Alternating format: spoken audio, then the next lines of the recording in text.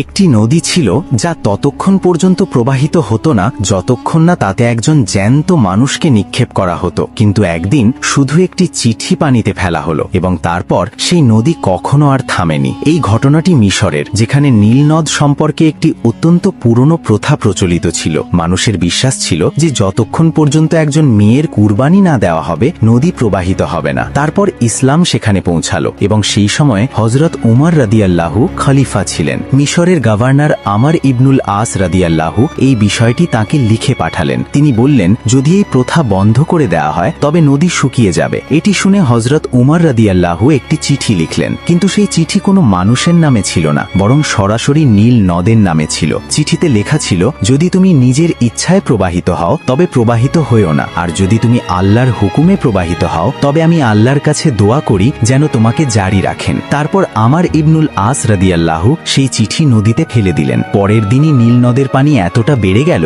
যে তার কখনো কমেনি, আর সেই দিন থেকে মূর্খতাপূর্ণ প্রথা চিরতরে শেষ হয়ে গেল। যখন ভরসা শুধু আল্লাহর উপর হয় তখন শুধু ভাগ্য নয়, নদীও বদলে যায়।